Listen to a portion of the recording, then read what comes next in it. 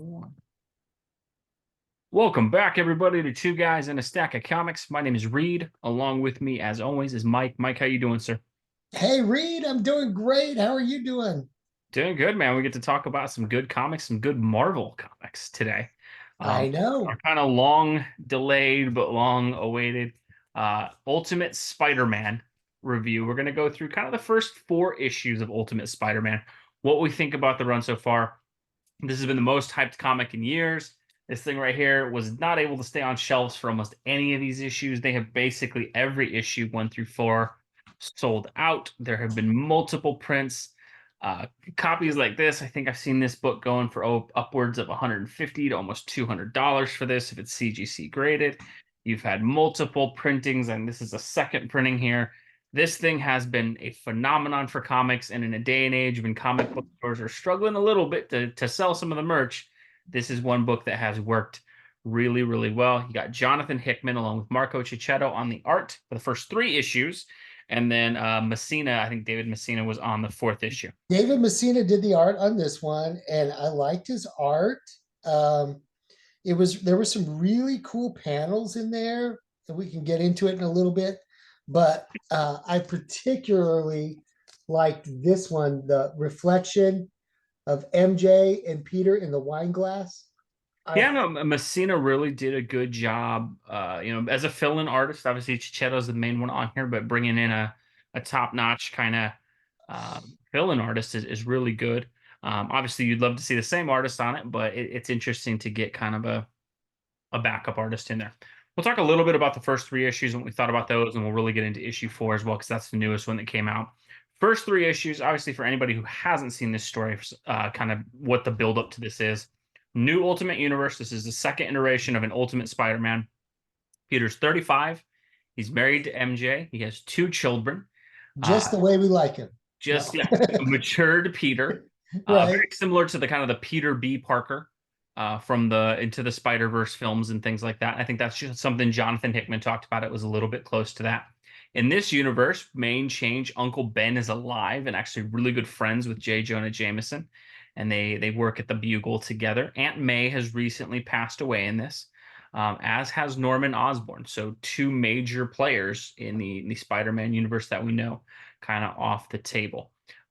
Largely in this universe, you had where it was kind of set up that the Maker, the evil Reed Richards, changed events. And so characters like Matt Murdock and Peter Parker had their fates changed and largely kind of lived normal lives.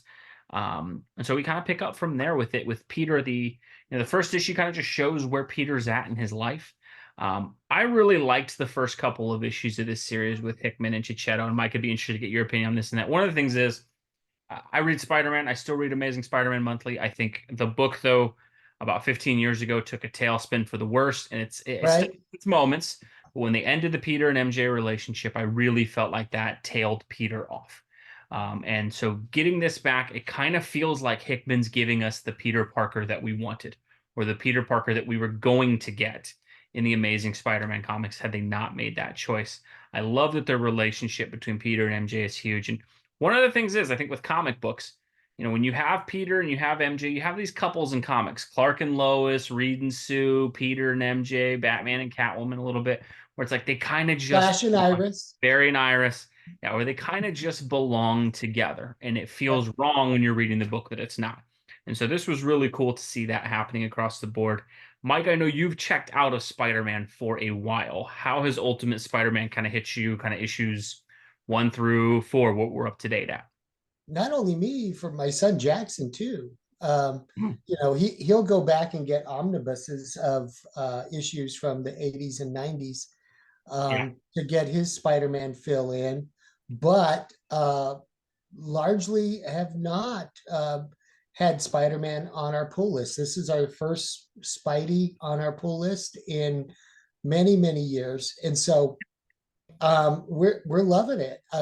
Like you said, it's the Peter that you want. He's with MJ. It's really cool. They have kids, May and Richard, and it's just really cool. I like the idea of Peter and Harry working together. Yep. Um, it feels it feels right, because they've been friends all these years. It feels right, rather than the adversarial role of Peter and the Green Goblin, which in the regular universe is Norman, Yep. but Has been Harry at times. Yeah. it has been Harry at times. And so, anyway, there's a lot of elements to this story that just feel like they worked things out and put them back to rights again. you Yeah. know, and, and even though it probably was, never that way. I mean, the Peter Harry relationship works right. We had the big twist after issue 3, like who was going to be Harry's wife, and we all speculate it's going to be Gwen Stacy. And of course, it was. Yep. But it just feels right. Now, the one thing that's different is the Ben, of course, which is he's Yeah. normally gone, but he's friends with a kinder, gentler Jay Jonah, which is Yeah. really interesting dynamic. And it's like, yeah, you could see those two guys probably being friends, and them going into business together, I think is going to be great. It's all set up there. I mean, Hickman's writing a good story. Yeah, I think one of the things that's cool, they kind of set the Kingpin up as the main villain of this first arc, where he kind of bought the Bugle, and that forced J. Jonah Jameson and Ben to quit and kind of start their own business. And I think seeing this different world, this Ultimate Universe, and kind of just seeing just to spin it, it's a little like a fraction different on everything. I think it really works seeing the Green Goblin initially as a good guy with Harry and that partnership. It's a little bit like the Spider-Man movies where Peter and Harry work together at the end of Spider-Man 3, and I thought that was kind of cool. I also love a lot of things Hickman's doing, just kind of remixes on like costumes.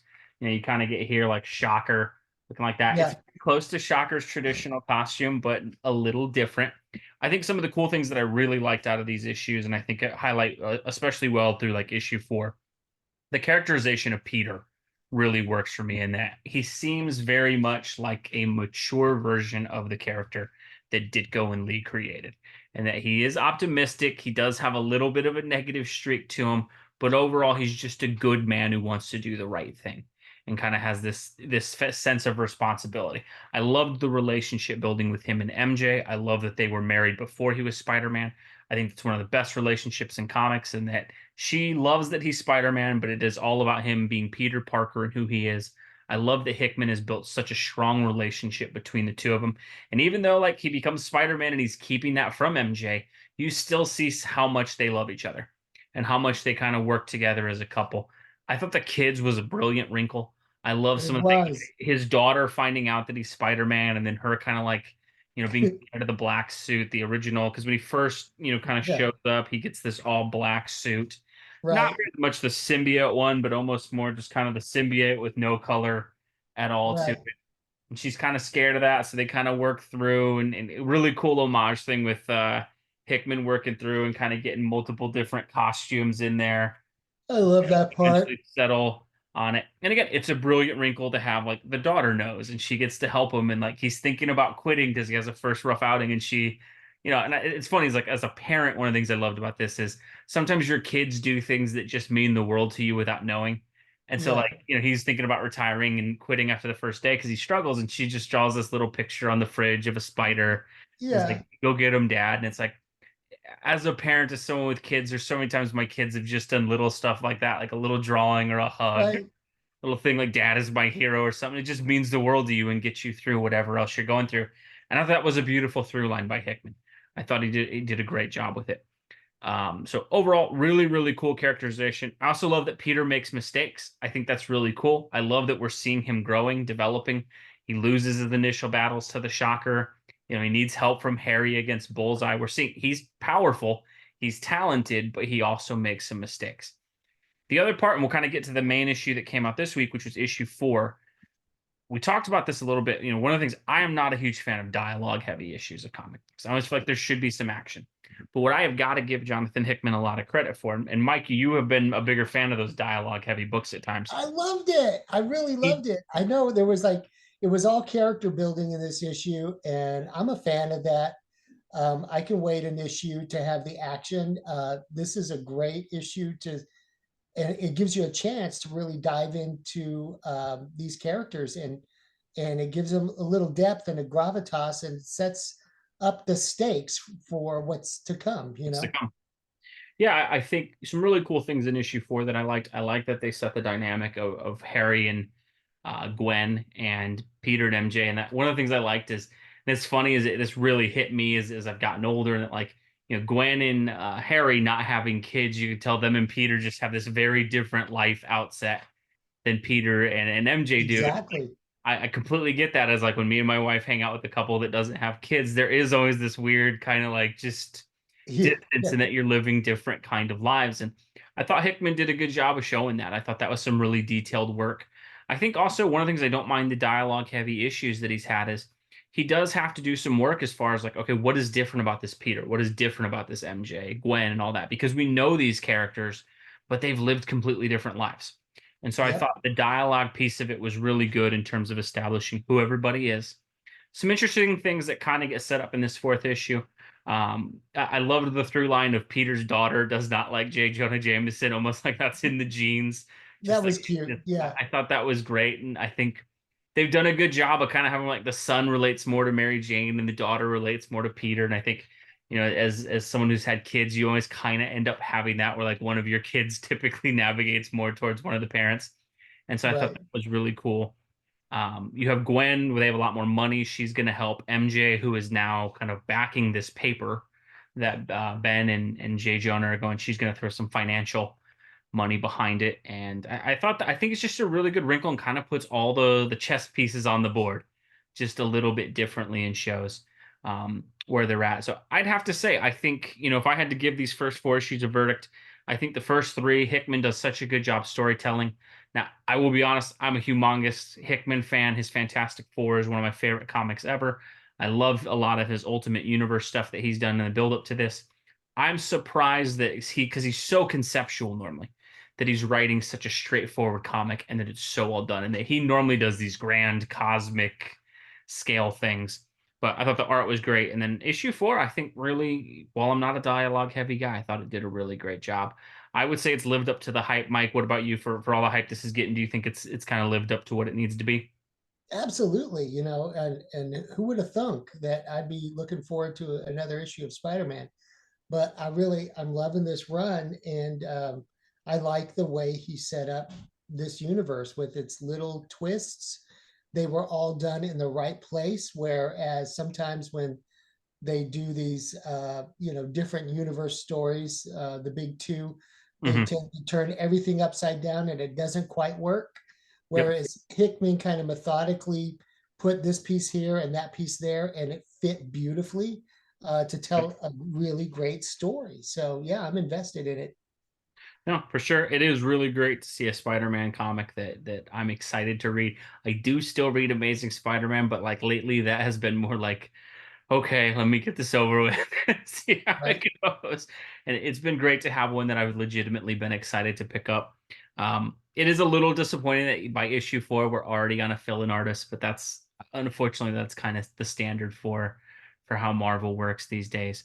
But overall, no, a really strong start for this comic. A really solid issue 1 through 3, and I think issue 4 that came out this week. If you're more of an action fan, you might struggle with it a bit, but I think it does a lot of necessary character building. And I have to give them a lot of credit in that. One of the things I see a lot of people complain about in the big 2 is there's not enough character work, there's not enough character building, characters change without any explanation. I have to absolutely give Hickman a ton of credit in that you know where all these people are, you've seen their personalities. And I'll say it was really great to see Mary Jane act like Mary Jane again. I have absolutely hated what they've done with her in the Amazing Spider-Man comic books. It was really cool to just see that relationship built and built properly. If you have checked out on Spider-Man, if you have been kind of burned ever since that one more day where they erased the marriage, this is the comic book you've been waiting for.